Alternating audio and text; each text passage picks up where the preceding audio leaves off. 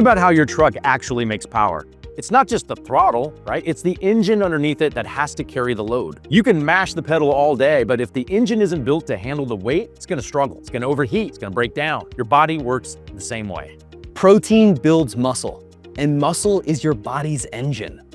It's what lets you carry weight, stay strong, and handle long days without breaking down. Carbs are your body's main fuel source. They are what your brain and muscle use to push the gas pedal down. Protein builds the engine, and carbs fuel it. You need both. Carbs give you energy fast. Protein makes that energy last. Now, when you eat carbs by themselves, energy spikes, and then it crashes. And that's when hunger hits. Brain fog shows up, snacking ramps up, and fatigue follows. That's not a lack of willpower, that's just fuel without an engine. But when you pair carbs with protein, everything changes. Your energy lasts longer, blood sugar stays steadier, you stay full, you stay sharp.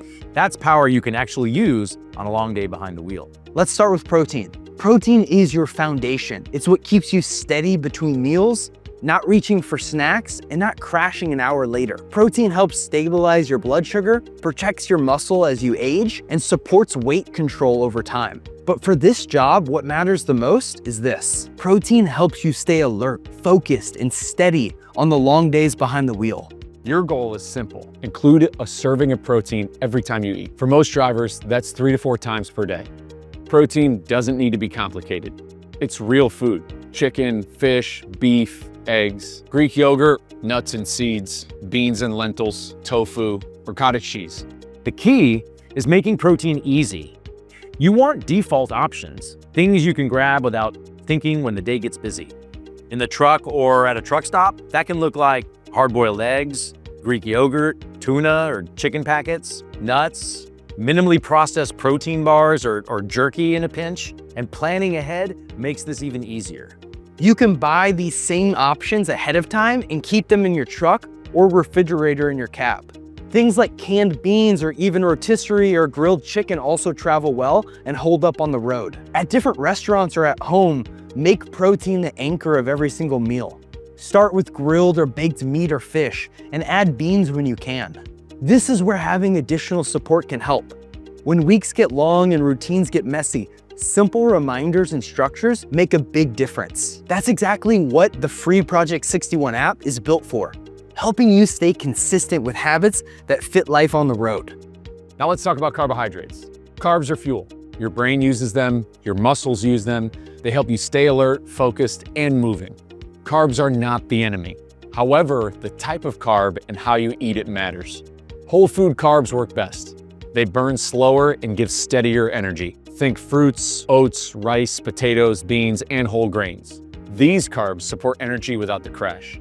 Refined carbs do the opposite. They burn fast, they spike your blood sugar, then they drop it. That's when energy crashes and cravings hit. Processed foods like pastries, chips, sugary snacks, as well as sweetened drinks fall into that category. You don't need to cut them out entirely, just don't make them foundational to your meals. Here's a simple way to spot better carb choices when you're looking at a nutrition label. Check out the carb to dietary fiber ratio. A good rule of thumb is 5 to 1 or better. That means for every 5 grams of carbs, you want at least 1 gram of fiber.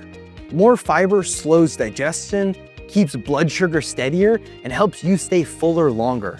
You don't have to do this every time, but when you're choosing better options, this is one way you can check that makes a big difference. Whenever possible, don't eat naked.